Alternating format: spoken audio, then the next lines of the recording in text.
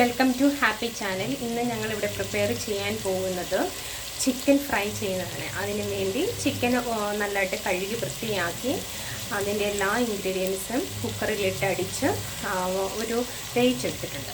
ഇപ്പോൾ ഞാൻ ചെയ്യുന്നത് ഒരു ചീനച്ചട്ടിയിൽ എണ്ണ ചൂടാക്കി കടുക് പൊട്ടിച്ച് അതിലേക്ക് ആവശ്യമായ സവാളയും ഇഞ്ചിയും പച്ചമുളകും കുരുമുളകും കൂടെ നല്ലതായിട്ട് ഇളക്കി അതൊന്ന് വഴന്ന് വരുമ്പോഴത്തേക്ക് നമുക്ക് ചിക്കന് വിട്ട് ഫ്രൈ ചെയ്തെടുക്കാം. അത് നമുക്ക് സവോള ഇളക്കി കൊടുക്കാം. നല്ലതായിട്ട് അതൊന്ന് വഴന്ന് വരണം. അത് കഴിഞ്ഞിട്ടാണ് ബാക്കി പ്രോസസ്സ്. ഇനി ഇതിലേക്ക് നല്ലതായിട്ട് വഴന്ന് വന്ന് കഴിയുമ്പോൾ നമ്മളിതിലേക്ക് മഞ്ഞൾപ്പൊടി ഇടും. ഇതിലേക്ക് ഞാൻ ഇപ്പോൾ ഇടാൻ പോകുന്നത് മഞ്ഞൾപ്പൊടിയാണ്. ഒരു 1/4 സ്പൂൺ വേണം. അതിട്ട് നല്ലതായിട്ടൊന്ന് യോജിച്ച് ചെയ്യണം. ഇപ്പം ഡിസൈഡ് ചെയ്യാതാണ് ചിക്കൻ വറുത്ത് എടുക്കാമെന്ന് കരുതി. അതിലേക്ക് ഗരം മസാലയുടെ പൊടി ഒരു 1/2 സ്പൂൺ ഇട്ടു.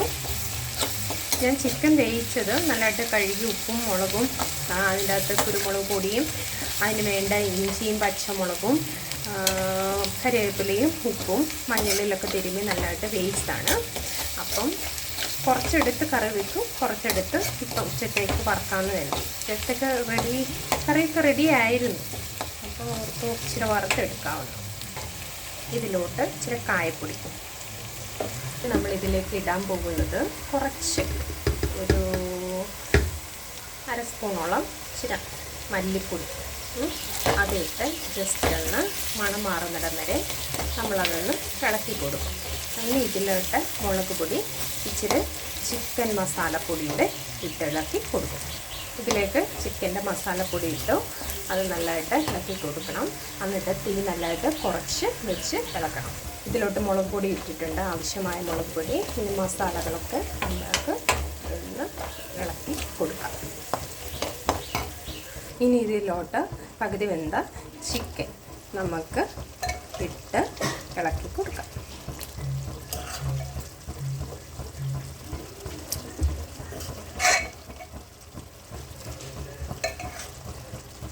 ചിക്കൻ്റെ പീസൊക്കെ ഇട്ട് നമ്മൾ ഇങ്ങനെ ഇളക്കി കൊടുക്കണം. കുറച്ച് തീയിൽ നല്ലതായിട്ട് ഇങ്ങനെ ഇളക്കി കൊടുക്കണം. ഇരുന്ന് ഇത് പറ്റി ഇതിൻ്റെ ഗ്രേവിയൊക്കെ ഇതിൽ പിടിച്ച് വന്ന് കഴിയുമ്പോൾ നല്ലതായിട്ട് വറ്റിച്ചെടുക്കണം. ഇങ്ങനെ വറ്റിച്ച് നമുക്ക് കഴിക്കാം. അങ്ങനെ നമ്മുടെ ചിക്കൻ്റെ കറി നല്ലതായിട്ട് റെഡി ആയിട്ടുണ്ട്.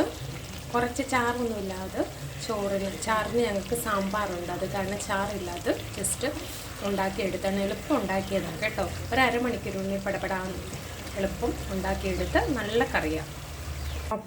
ഇതാണ് ഞങ്ങളുടെ ഇന്നത്തെ ലഞ്ചിൻ്റെ കറി. ചിക്കൻ വരട്ടിയത്, സാമ്പാർ ആൻഡ് ബീൻസ് മെഴുക്കുവരട്ടി.